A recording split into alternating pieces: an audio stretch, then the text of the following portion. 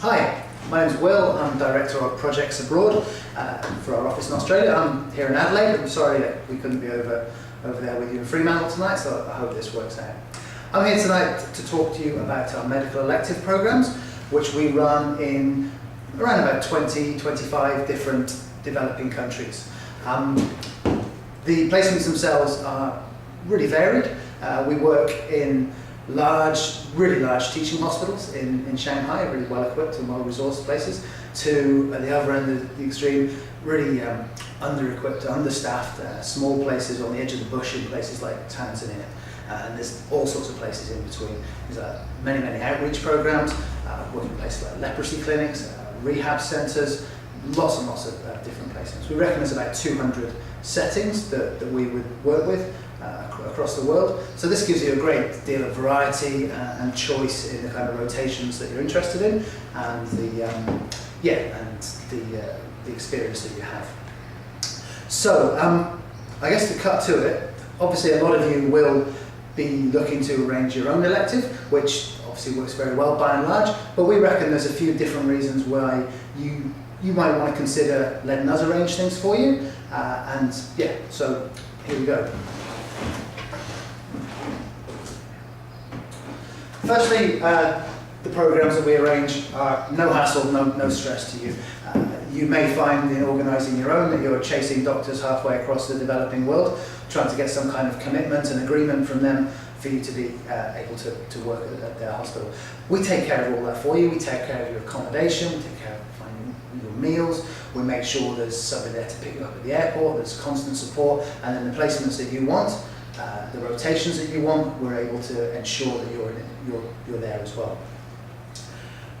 We have a lot of local support, so in every country we've got a full-time office full of full-time staff. They will do everything from pick you up at the airport, they'll be there to iron out any bumps in the road, just to help you figure out how to settle into the country, which for a lot of people, travelling to a developing country for the first time and being on your own, it can be a pretty big deal. You need to make sense of, you need a lot of help in making sense of some of the countries.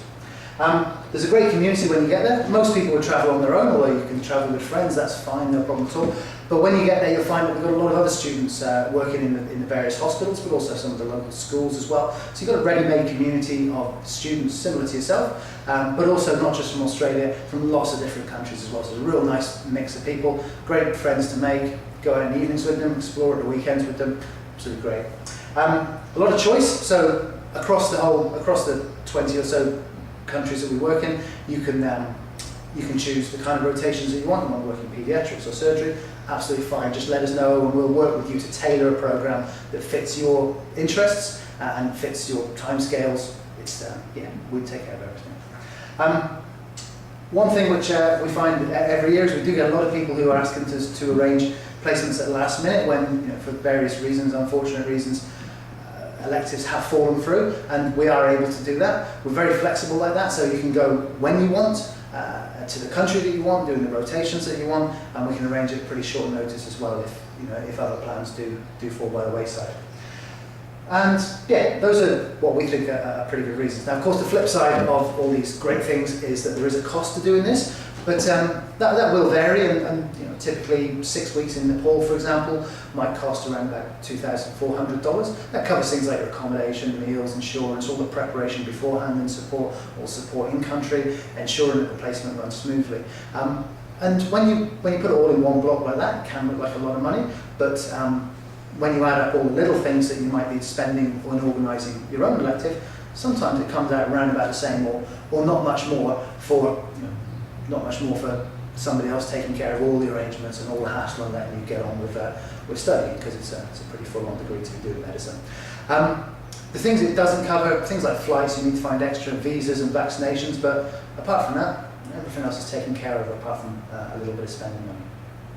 So I hope that gives you a little bit of an overview. The countries we work in are places like Cambodia, Vietnam, Mongolia, China, India, Sri Lanka, Nepal, Peru, Bolivia, Argentina, Tanzania, Ghana, Senegal, Togo, Kenya, heaps and heaps of different countries. Great choice, great sort of variety of places, and you will get to enjoy the country and get to know it as well. And at the same time, obviously, do the elective and hopefully be useful as well. So I hope that gives you a bit of an overview about how we do things. The guys from MS and will have a pile of leaflets that's got a proper overview of how things work and lots of contact details. So what I'm asking for you, I guess, is to, when you are considering your electives and all the options that you've got, at least drop us an email and see if we've got any suggestions or any ideas, and yeah, to see what it would look like if you went through us. And I guess if you are chasing doctors halfway across the developing world, trying to find some kind of commitment from them and keeping your fingers crossed it all works out, it's no extra hassle just to drop us an email or give us a call.